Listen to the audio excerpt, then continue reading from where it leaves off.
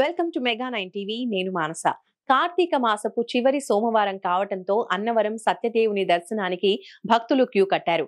సత్యదేవుని ఆలయ ప్రాంగణం భక్తులతో కిక్కిరిసిపోయింది. తెల్లవారుజాము నుంచి వ్రతాలు ప్రారంభమయ్యాయి. ఆలయ అధికారుల ఏర్పాట్లు బాగున్నాయని భక్తులు చెప్తున్నారు. ముందు రోజు రాత్రి నుంచి వ్రతాల కోసం ఏర్పాట్లు చేశామని వ్రత పురోహిత సూపర్వైజర్ చెప్తున్నారు.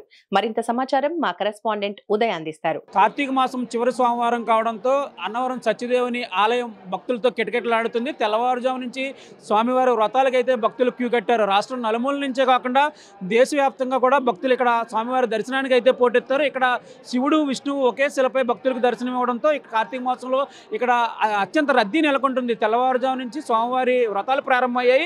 దీనిపై మాట్లాడడానికి వ్రత పురోహిత సూపర్వైజర్ కన్నబాబు ఉన్నారు. ఆయనతో మాట్లాడదాం. స్వామి చెప్పండి, స్వామివారి వ్రతాలు ఇప్పటివరకు ఎన్ని జరిగాయి? ఇప్పుడు కార్తీక మాసం అయితే చివరి దశ చేరుకుంది. రాబోయే మిగిలిన రోజుల్లో ఎన్ని జరగబోతున్నాయి? అసలు ఈ క్షేత్రంలో అత్యధిక వ్రతాలు ఏ సంవత్సరంలో జరిగాయి?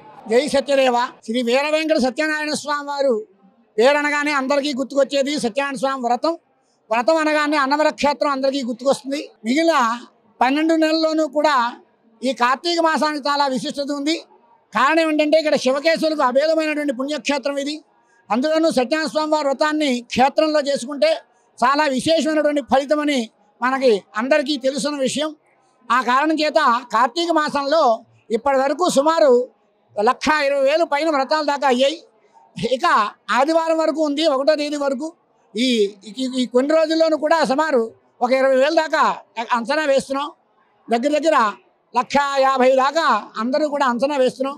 దీనికోసం భక్తులకి ఏ విధమైనటువంటి ఇబ్బంది లేకుండానే భక్తులకి దేవస్థానం వారు ఎన్నో సౌకర్యాలు కలిగించారు. దానిలో భాగంగానే మేము తెల్లవారుజామున 1 గంట నుండి స్వామివారి వ్రతాలు ప్రారంభించడం జరిగింది. దీనికోసంగా సుమారు 10 మండపాలు, వ్రత మండపాలు ఉన్నాయి. 300 అయితే ఈ 300 మండపాల్లోనూ కూడా ముందు రోజు వచ్చి వ్రత సామాగ్రి అంతా కూడా సర్దుకుని భక్తులకి ఏ విధమైనటువంటి ఇబ్బంది కలగకుండా విధంగా 1 గంట నుండి వ్రతాలు ప్రారంభించాం. ఇప్పుడు సుమారు 6,000 దాకా వ్రతాల దాకా జరిగి ఉంటాయి. స్వామివారి సన్నిధిలో సత్యనారాయణ స్వామి వ్రతం చేసుకోవడం చాలా విశేషమైనటువంటి ఫలితం. అందరూ కూడా మీరు చేసుకున్నటువంటి ఆ వ్రత ఫలితాన్ని మీరు పొంది మీ మనస్సులోని కోరికలన్నీ కూడా నెరవేరుతారని మనకి పురాణాలు చెప్తున్నాయి. అందుచేత ఏ కోరికలతో వ్రతం చేస్తూ ఉంటారో వారికి ఆ కోరికలన్నీ కూడా ఇక్కడ సిద్ధిస్తారన్నది తథ్యం. జై సత్యదేవ.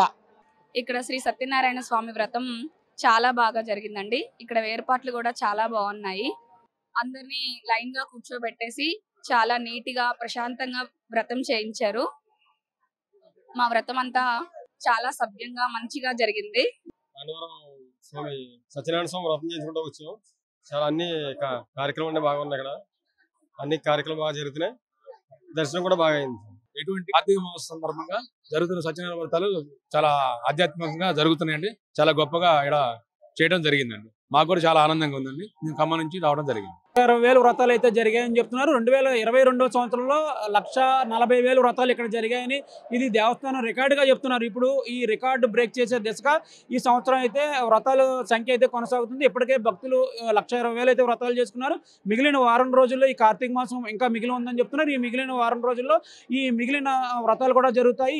ఈ సంవత్సరం అత్యధికంగా వ్రతాలు జరిగే నమోదయ్యే అవకాశం కూడా ఉందని వ్రత పురోహితులు చెప్తున్నారు. మరోవైపు తెల్లవారుజామున 1 గంట నుంచి స్వామివారి వ్రతాలు ప్రారంభమయ్యాయని చెప్తున్నారు. ముందు రోజు రాత్రి నుంచి భక్తులకు కావాల్సిన అన్ని ఏర్పాట్లు ఈ వ్రత మండపాల్లో పూర్తి చేశామని సిబ్బంది చెప్తున్నారు.